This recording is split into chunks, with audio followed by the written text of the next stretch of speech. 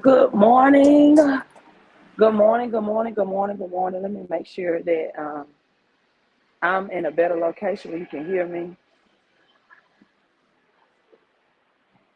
Hello, hello, hello. I think this may be a little quiet. I'm not sure. You all come in. Let me know. You can hear me pretty clear. I have to change over here for that second. The chair is a little better. Seen a little better. So let's get this morning motivation talk. I have my Love the Skin You're In shirt on. Y'all let me know how the sound is. I have my AirPods in. Um, just want to do this morning motivation talk, right? Morning motivation talk as I am celebrating the first year of my diagnosis of cancer, right? First year diagnosis. Good, we can hear you. Good, good, good. Of cancer. Celebrating my good health success. And just had avocado toast and all of that healthy stuff. Sometimes I do healthy, sometimes I don't do as healthy. But my first year official diagnosis this time last year. So I am so, so grateful to be here. Um, when I mean be here, I mean be alive, right? So grateful to be alive. And this came to my mind this morning as to what I want to share. What I want to share on this year anniversary. And it is life just doesn't happen to us. Um, life just doesn't happen to us. Life happens just, right? Let me say that again. Life just doesn't happen to us. Life happens just. So, what do you mean by that, Queen? Right? Oh, I also rebranded. I decided to rebrand myself from Crypto Queen because I want to get into more than life conversations like these, and you know. So for me, it's more than just about crypto. Even though crypto is a big component of my life, and purpose is not my only one, right? So life just doesn't happen to us. Life happens just. So what I mean? Well, when you define the word just, when you define the word just, it means what happens to you according to your behavior, accordingly. That's one of the definitions of the word just. What happens to you according to your behavior? What is just? What is rightfully owed to you according to your behavior? You know, the Bible would say it this way, according to your belief, right? Let it be done unto you, right? Life happens just. Sometimes it happens just because. Sometimes it happens according to your behavior, and sometimes it happens according to your favor, right? Sometimes it happens just because, sometimes it happens according to your behavior, and sometimes it just happens according to your favor. And this is the concept, you are faith without works are dead. So I'm at this um, event and I'm meeting some people that survived cancer. I'm meeting some people who loved ones didn't survive cancer. And some of the things that conversations I'm having with the cancer survivors is not only the difference, change of your mindset. If you ever get that diagnosis of you have cancer, the different mindset shift that it has to take, but also your different behavior that you have to make, right? The different mindset shift that it takes, and your different behavior that you have to take. That's including your eating behavior, your exercise behavior, your energy behavior, your effort behavior, and more importantly, your outlook on life, your outlook on your life, and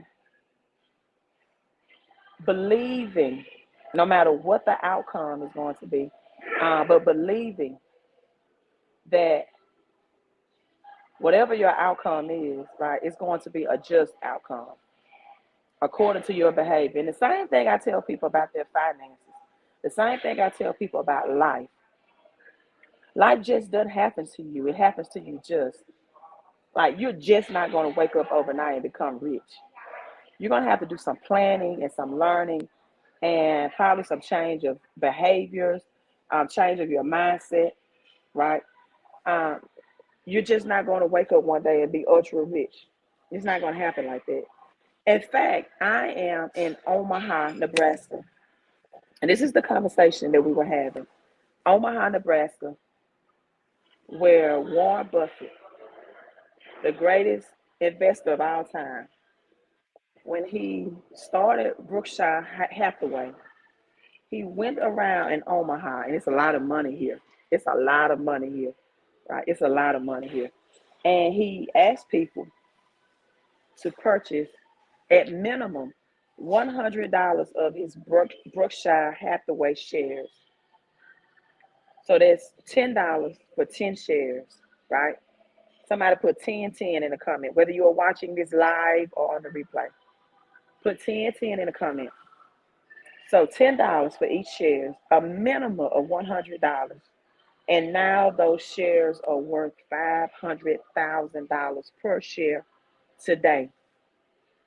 That means for those people who didn't think it was a scam, who didn't think it was a con game, right? At least have 10 shares that are worth $500,000 per share. Not all together, but per share. Because they got in the early beginnings investment of Berkshire Hathaway, Warren Buffett. How many people right now have that opportunity with cryptocurrency and they are going to miss it? They're going to overlook it. They're going to pass it up. In fact, Jeremiah Da Vinci, a black man, Jeremiah Da Vinci, begged people to get into Bitcoin when it was $1. Now, today, Bitcoin is $41,000. He told people, get in, just put $100.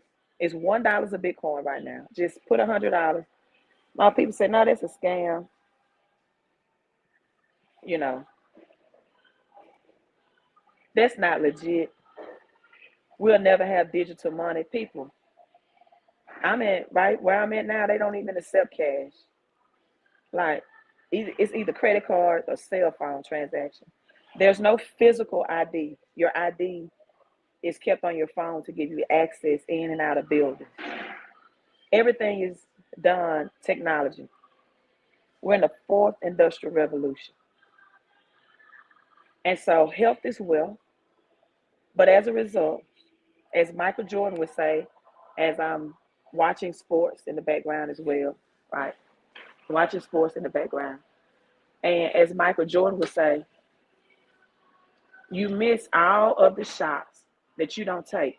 And I put a twist to that, right? I put a twist to that. I said, you miss all of the investing gains you don't make. You miss that. I never understood for some people that come on my live streams and say, we are under spiritual laws.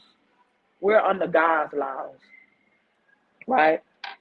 We're under God's laws. And I'm like, well, even God had enough sense that when he was in this earth realm, or Jesus rather, had enough sense that when he was in this earth realm,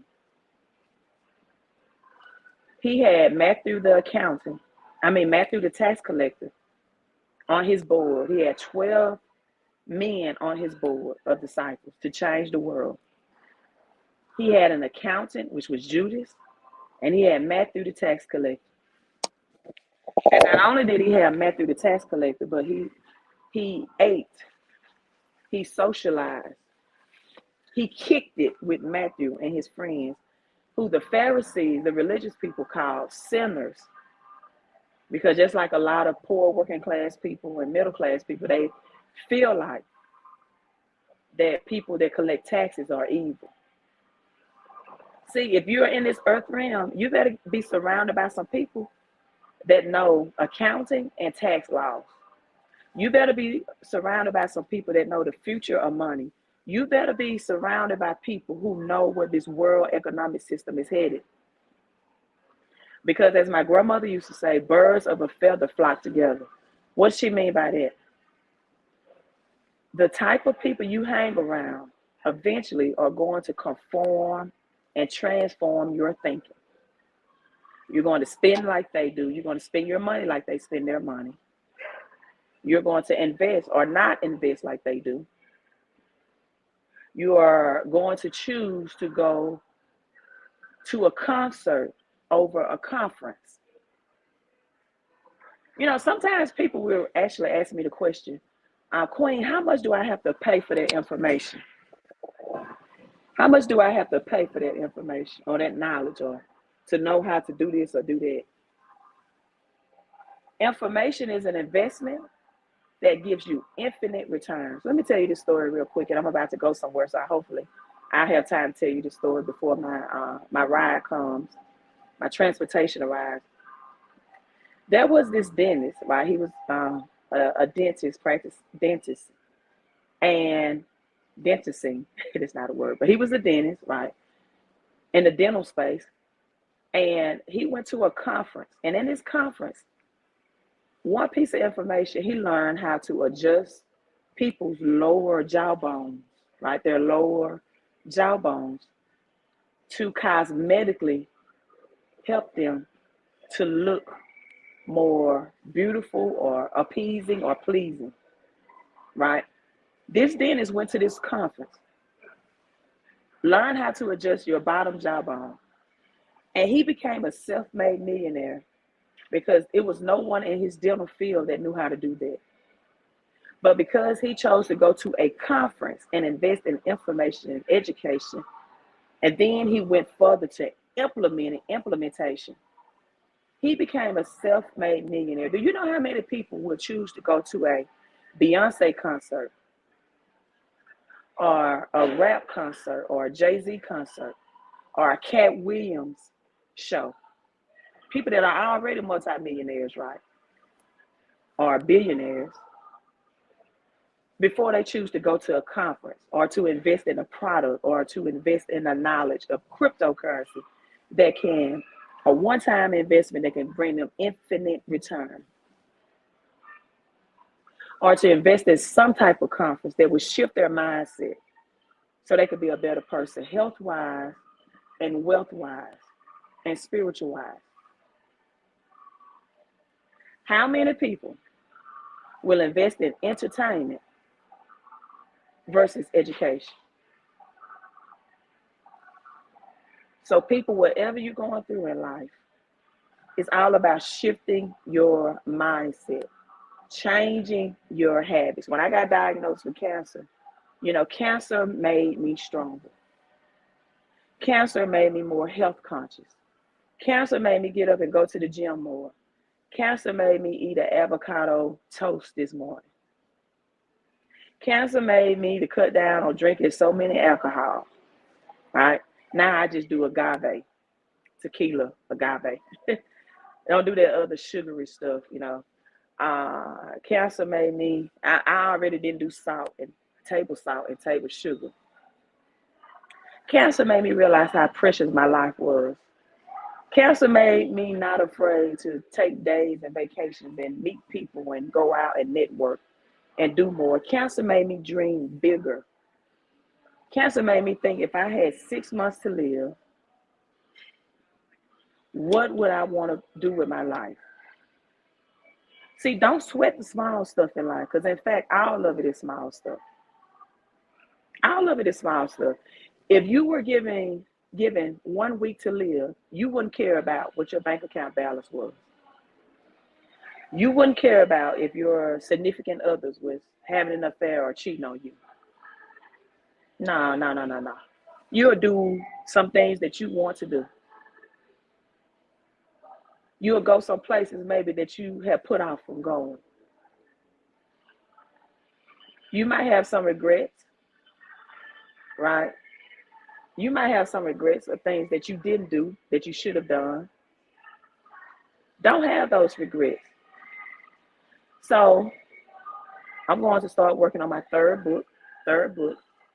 I rebranded my name, Queen 11. I actually got the 11 concept when I went to Miami and I met the owner of the club and residential property 11. So I got that part from him. And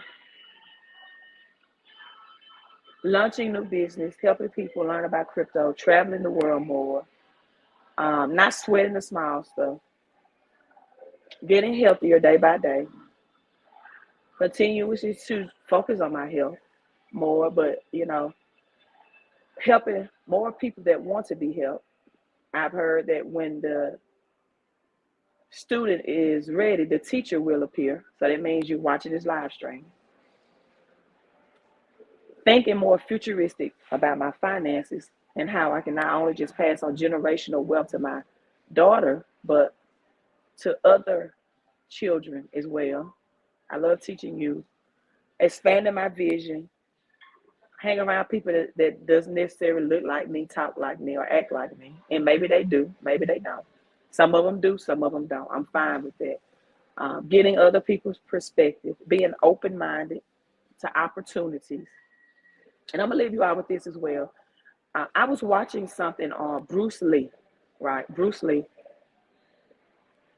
And Bruce Lee was definitely ahead of his time, Bruce Lee. And Bruce Lee said this. He said, you need to be like water, conform, learn to conform to whatever situation or environment that you're in. He said, when water is poured into a glass or a cup, it conforms to that, it takes on that shape. When water is in a tub, it conforms to the shape of that tub. When water is in a river or an ocean, it learns to flow and to go with the flow. Learn how to flow like water. Learn how to flow in your gift and your purpose in life. Learn how to conform. Like in the Bible, Paul says, I've learned how to be all things to all people. You can't just hang out with the people that says they're Christians. You need to learn how to hang around some non-Christians like Jesus did. In fact, Jesus hung around non-Christians so much, which Christians is not even in the Bible. I don't know why people go by the name of Christians, but anyway, believers. He hung around them so much. The religious people, the Pharisees, asked the disciples, said, why does Jesus hang around the sinners so much? He sat and ate with them just that much. How many people that go to church only sit down and eat with people that are church goers? If you take them outside of that environment, they don't even know how to hold a conversation with people. They don't know how to relate.